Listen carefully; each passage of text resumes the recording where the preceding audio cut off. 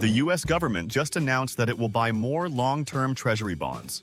And if you remember anything from economics class, you probably know what should happen next. The government becomes a bigger buyer.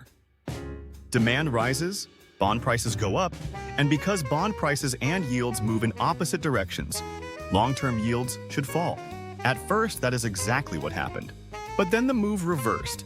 The 30-year Treasury yield climbed back toward 5.2%. So why didn't Economics 101 work?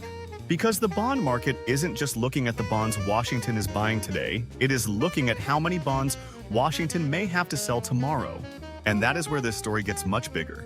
The Treasury has a program that buys back older government bonds from investors. These are generally less liquid bonds that were issued in the past, rather than the newest Treasuries trading in the market. Officially, the purpose is simple: improve liquidity and make the Treasury market function better. There is clearly demand for it. Through August 18th, investors had offered roughly 1.6 trillion of nominal Treasury securities into these operations. Treasury purchased about 199 billion. Some of the strongest demand to sell has appeared at the front end and beyond 10 years. But what caught the market's attention was Treasury's latest change. For bonds in the 10 to 20-year and 20 to 30-year sectors, Treasury previously allowed purchases of up to 2 billion per operation. Now Treasury says those purchases will be at least 4 billion. That is not the first expansion. In July 2025, Treasury had already doubled the frequency of long-end liquidity buybacks from 2 operations per quarter to 4. Put those changes together. 4 operations at a previous maximum of 2 billion meant up to roughly 8 billion of long-end purchases. 4 operations at a minimum of 4 billion means at least 16 billion. In roughly a year, Treasury has gone from buying long bonds less frequently to potentially buying much more of them. But there is an important detail. The latest increase is temporary. It runs through November 4th, when Treasury conducts its next quarterly refunding and decides what happens next. That date could become the real test. Because so far, the bond market is telling us something important. Treasury can become a bigger buyer, but that doesn't automatically mean it can overpower the forces pushing long-term yields higher. Think again about Economics 101.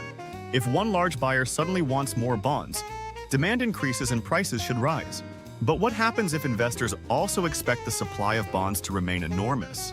Now both sides of the equation are moving. The United States is running large fiscal deficits. Washington needs huge amounts of financing, and investors know more Treasury debt will have to be issued in the years ahead.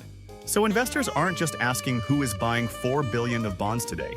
They're asking how much government debt they will eventually be expected to absorb. That is why Treasury's buyback program becomes more interesting than it first appears.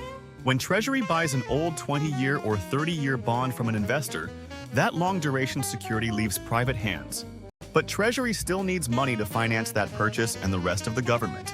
It doesn't necessarily issue another identical 30-year bond to replace the one it bought. Buybacks are funded through Treasury's overall financing mix, including bills, coupon debt, and government cash. And that creates a potential second effect. If Treasury removes more long-term bonds while relying relatively more on shorter-term financing, private investors end up carrying less long-term interest rate risk. Treasury hasn't eliminated America's debt. It has changed the maturity of the debt the market has to absorb. That distinction matters. When investors buy a 30-year Treasury, they are locking up money for decades. They have to think about future inflation, future deficits, future Treasury issuance, and what interest rates might look like years from now. The more long-term risk investors are asked to carry, the more compensation they can demand. That compensation shows up as higher yields. So Treasury has a potential lever here. It cannot simply announce that the 30-year yield should be 4.5% and force the market to obey. This week's reversal shows exactly why. But Treasury can influence how much long-term debt the private market has to carry. And if long-term yields remain above 5%, that choice becomes increasingly important. There is also a major catch. The government cannot make the risk disappear. It can only move it. Imagine Treasury finances more of the government with 30-year bonds.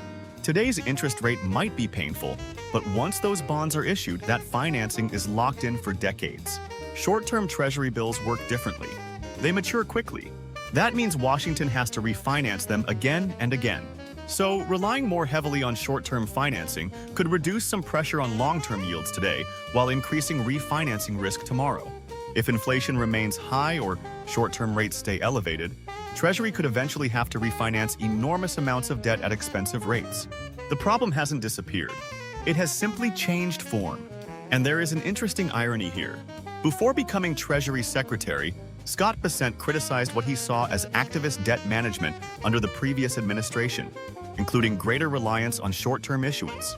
Now his own Treasury is expanding long-end buybacks while long-term borrowing costs remain above 5%. That doesn't mean Treasury is secretly trying to control bond yields. The current program is far too small for that claim.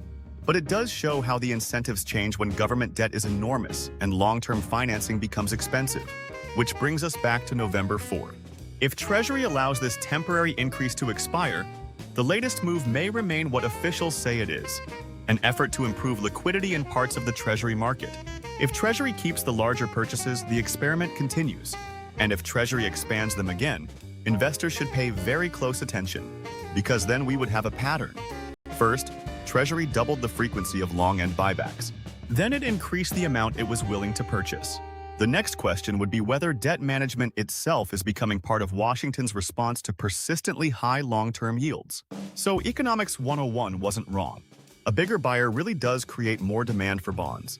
The problem is that the US government is also one of the biggest sellers of bonds in the world. And when markets expect Washington to keep borrowing enormous amounts of money, buying a few $1 billion of old bonds cannot erase the much larger supply problem. That is why the 30-year yield matters. And that is why November 4th matters even more. I'll be watching what Treasury does next. Subscribe to Global Notes by JP, because if Washington expands these buybacks again, we may be watching the way America manages its enormous debt burden begin to change.